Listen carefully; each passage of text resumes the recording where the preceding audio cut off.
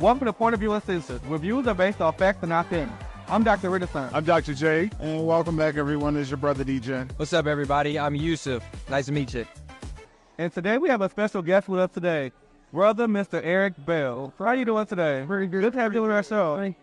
So for those that don't know about him, he is running for State Representative District 75 here in Georgia. And so I just wanted to give you time to introduce yourself about everything you're trying to do and, what's at stake right now. Well, I'm currently elected as the State House Representative for District 75 of the state of Georgia. I got elected last year in a special election. And during my time in the legislature, I've dropped over 30 pieces of legislation, co-sponsored another 30. And I had opportunity to work with the Harrison Food Bank and feed over 1,000 families in my district. Gave over 1,000 little grads this year. I'm doing a multiplier drive, so it's a platform I have now. Just planning to build and expand on my impact in the community, especially on mental health, privilege, justice for, and education. Yeah, thank you, Eric. It's a pleasure to have you here. Yeah.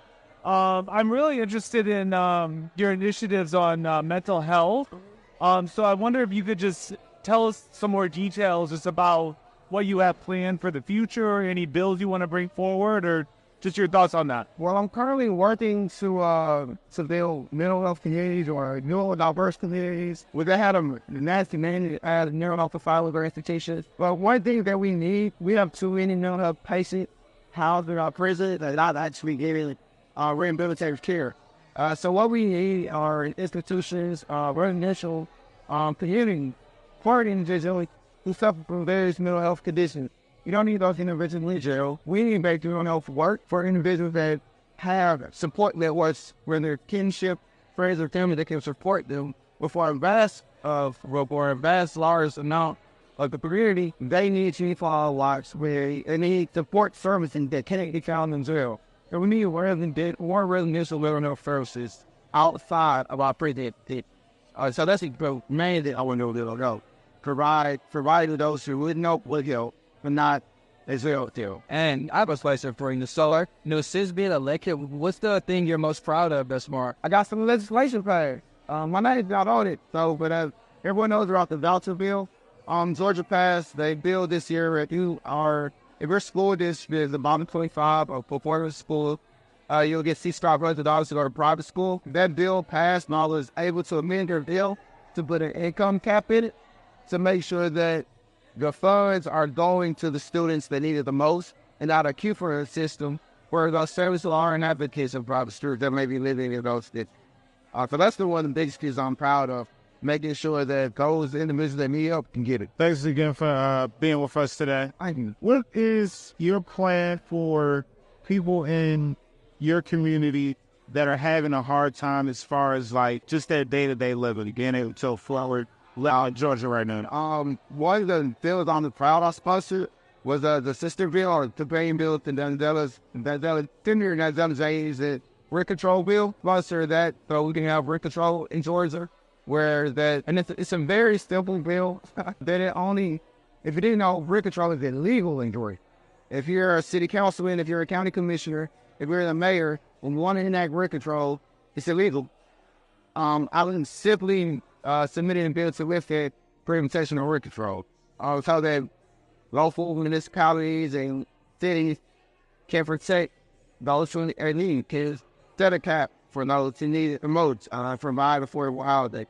So that's one of the things that I'm also looking at individuals that live in HOA communities, blocking foreclosures for HOA. And if you live in Georgia, your HOA can foreclose your home for $2,000. For a lot of people, their home is their main economic engine, it's their savings, it's their everything. So I'm working on legislation to protect that for Georgia. And so that a Brady HOA or Lestini's HOA can't take it at home.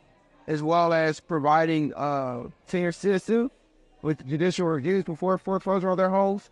In Georgia, all you need to do is foreclose on someone's house. It's 3 months behind on their rent. You send them a letter and you publish it in the local newspaper. You can foreclose on that person's home, regardless of what hardship you're going through. So specifically for our senior citizens and those who have the term relationships because they're dealing incapacitated, we're looking to make sure that we have a review process before foreclosure on their home. So I'm working. No, I appreciate a lot of stuff you're doing, but a lot of stuff I actually didn't know that. Yeah. So explain rent control. What is that? So it basically puts a cap on how much a rent to be raised anywhere. Okay. And the bill that I presented in It didn't put a specific number and then put a specific mission. They allow for those local municipalities to get out the best orders that works for them. What works for Atlanta won't work for Savannah, won't work for Valdosta, won't work for Dalton, won't work for Peachtree City. So it just simply allows their local municipality, whether it's a city or a county, to enact the policy that what's the best for them. And it's not, they don't have to if it doesn't.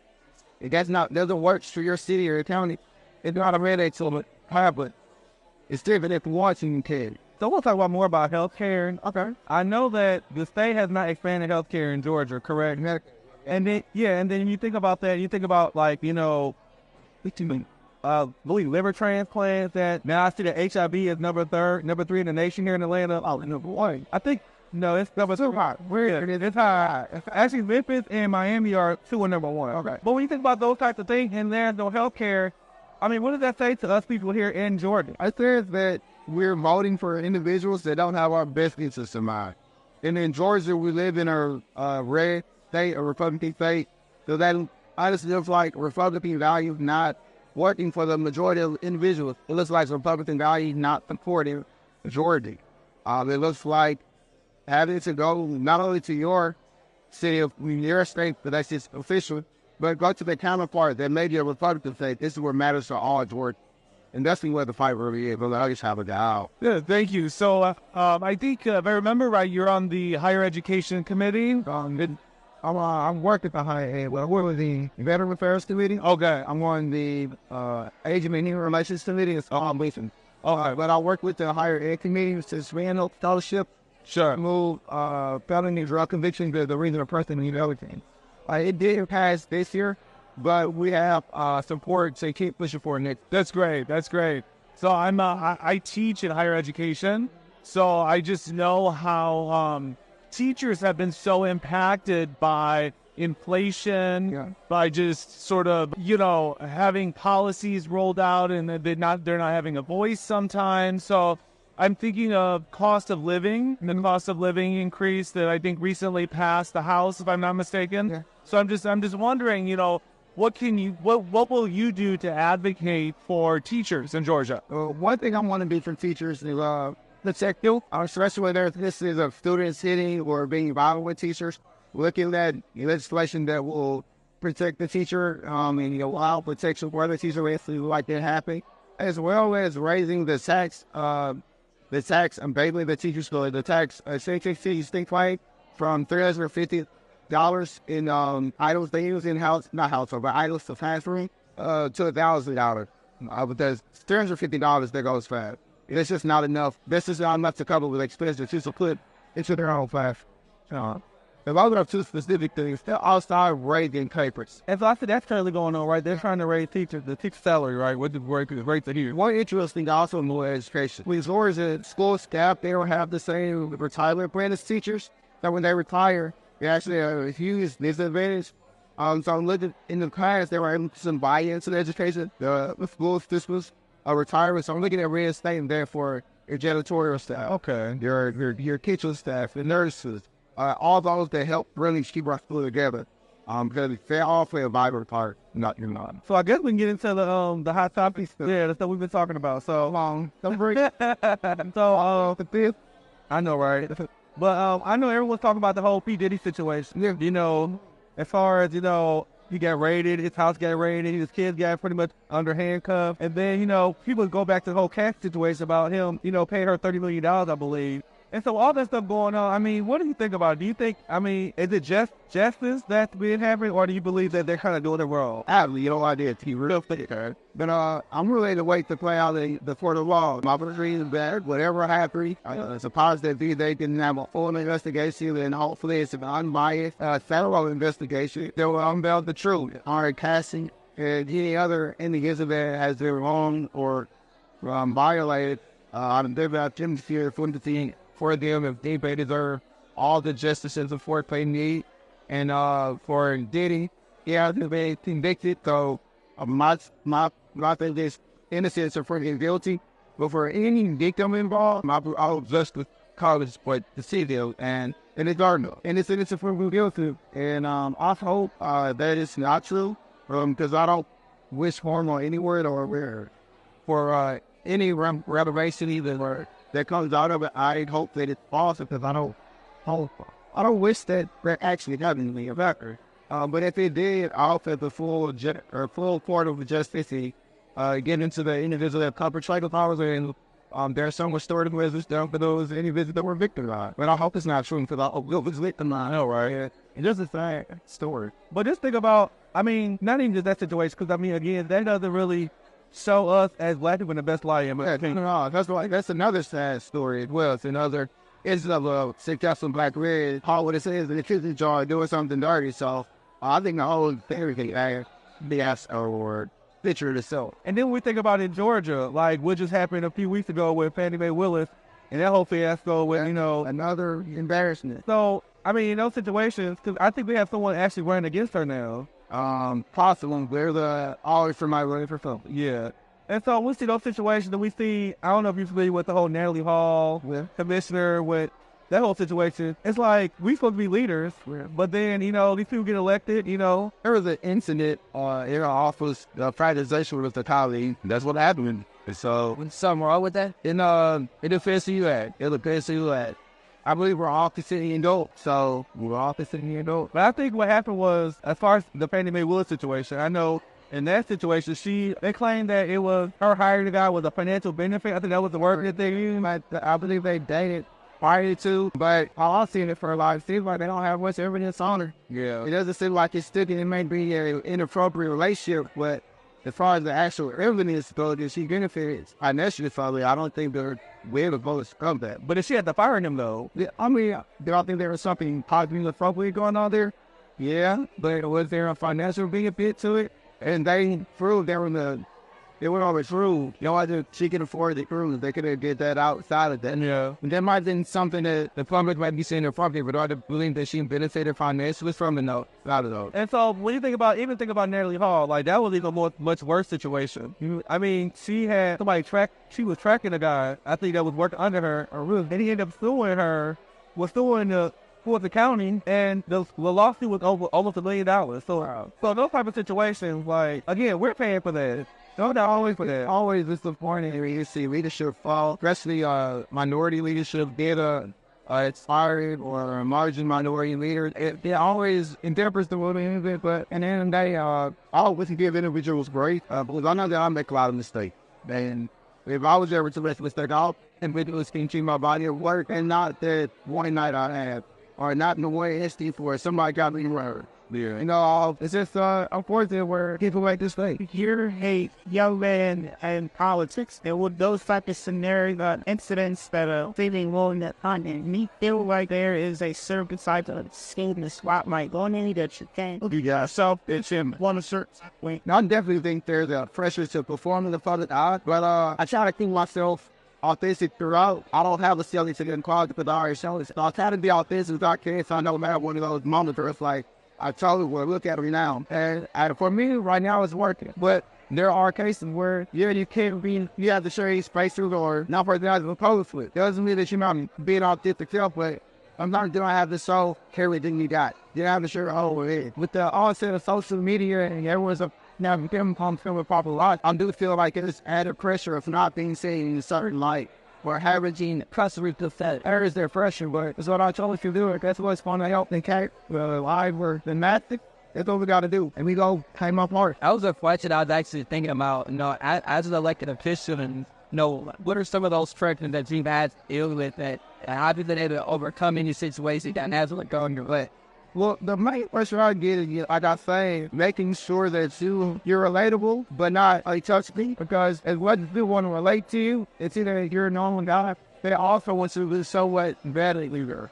I would always deliver instance of that at a nightclub. I get out the street, they're like, how are you going to adult? Or how you feel you're better than that the real welfare that you're hanging out with it. I'm like, don't I have a shot? You like mine here now? I don't have money, but we don't have a chance to be like, wolf side. Is it fair for me to have a drink one time? But yeah, to the point, it's always that pressure of making sure that you're on. But I'm still like, the more I can be myself and help others that are comfortable being here and get elected, I think I'm better. The more that others, the more responsive government or political institute will have. Just by being open and being myself on how long the time to take following. I really think they're here for it. And I know others that talk, sound, look, have my same difference in mind, whether it's black, white, green, or yellow. Just with regular, good, normal people in the politics to show them that you can be your feeling. It's still really a safety thing to really. And it's not always about real and proper both sides of ties and pot tab. You can roll up your jeans and you come with a t-shirt. It's still affect change. Yeah, on that note, I have to ask you about the presidential election. So I think that... Sleepy Joe, no Joe.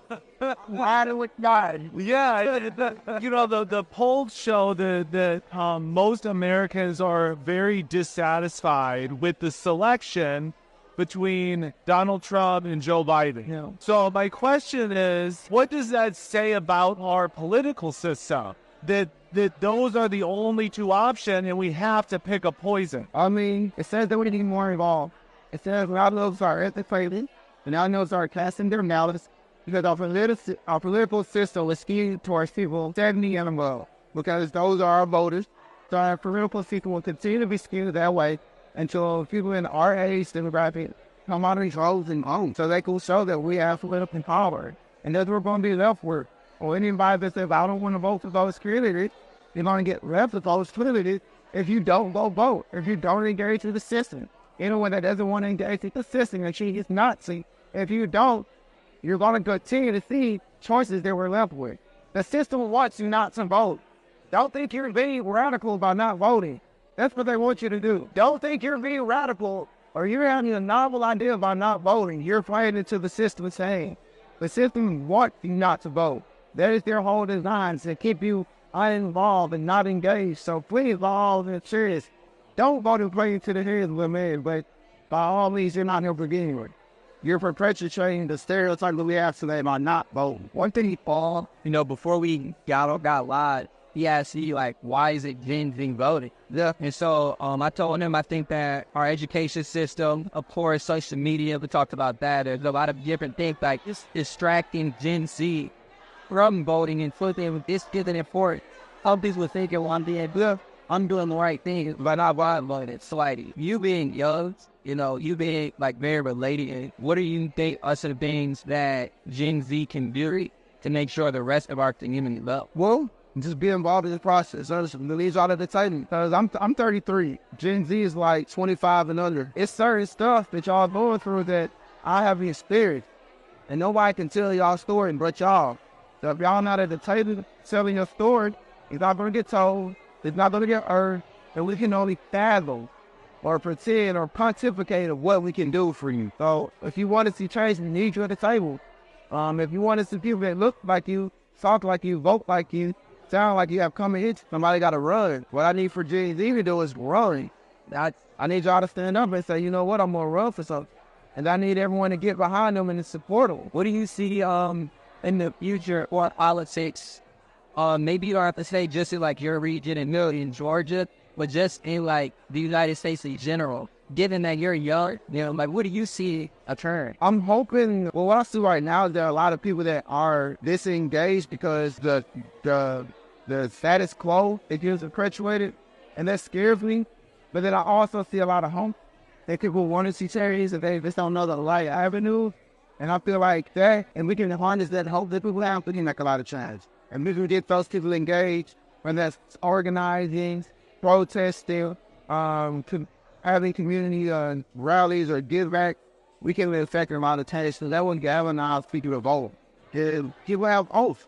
I'm hoping that you can pour into them and see them expand their reach in the community. I'm hopeful that people will come in and understand that as long as I'm not engaged, the same thing is going to keep happening. So I'm hopeful people get tired and say, "This is enough." That's what I'm hoping to that, because I see that people are getting sick and tired, and they're gonna rise up. Like a house or hair lily. That is.